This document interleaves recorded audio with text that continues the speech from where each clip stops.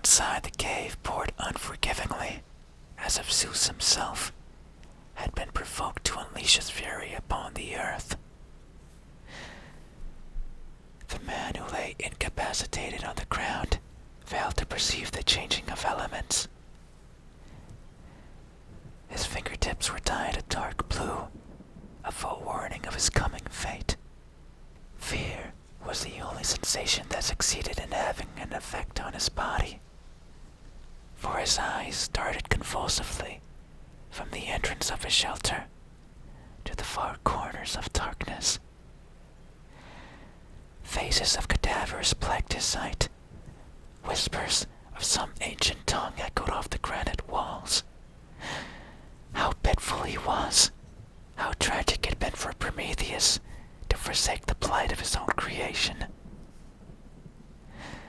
Perhaps it was divine justice, a consequence for mankind's perpetual greed. The man's fear soon gave way to bitterness.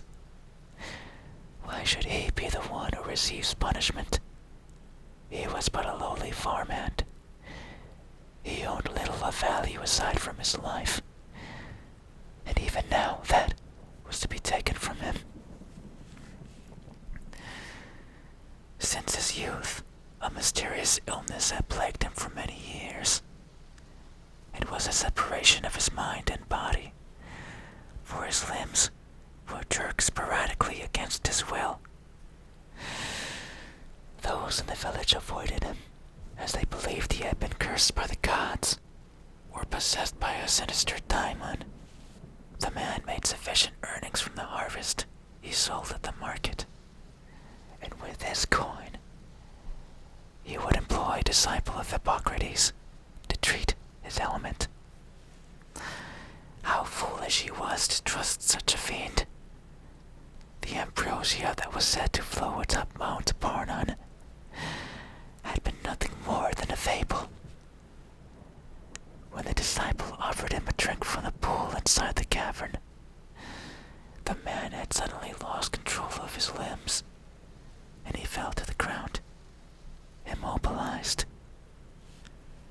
At that moment, the disciple disappeared, and the man found himself alone, as if he'd been led there by some phantom. Acid rose from his mouth and colored the gravel. Hundreds of stars formed across his peripheral. The whispers of the dead swelled into a roar until his ears bled. He shut his eyes, praying to the gods for them to stop. A droplet of water from somewhere above landed on his cheek. It felt as if it had melted through the layers of his skin and through his bone. He attempted to scream out in pain, but even the muscles of his throat had tightened. How he wished for Zeus's bolt to reach him inside the cave and end his life. But it seemed that even the gods of gods had been forbidden to enter. So little time did the man spend on earth to enjoy the fruits of his labor. Half of his life had been spent suffering from the sickness of disease, and the other half from the sickness of work. Had he been healthier, the course of his life would have surely been a happier one. In the throes of his death, he cursed the mysterious disciple who had paralyzed not only his body, but his will to continue living. The affliction that spread throughout his veins became too much for his mind to bear, and so he finally closed his eyes in eternal slumber. In the darkness where the deceased sang their tolls, the figure of Charon materialized before him. His face was shrouded in a cowl. He stepped forward towards the man's lifeless body, placing coins of gold into his outstretched palm. The storm outside had ceased,